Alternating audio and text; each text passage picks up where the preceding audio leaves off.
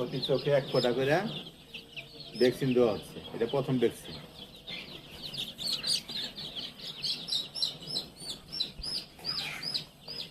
যারা ভ্যাকসিন না দিতে পারেন দেখে নেন কেমনি ভ্যাকসিন দিতে হয়।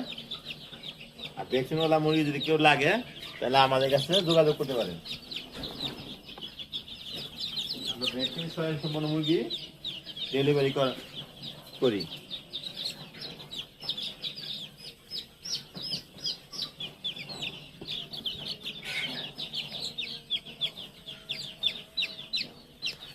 দেখেন কেমনে দৌড়া দৌড়া ভ্যাকসিন দিচ্ছি।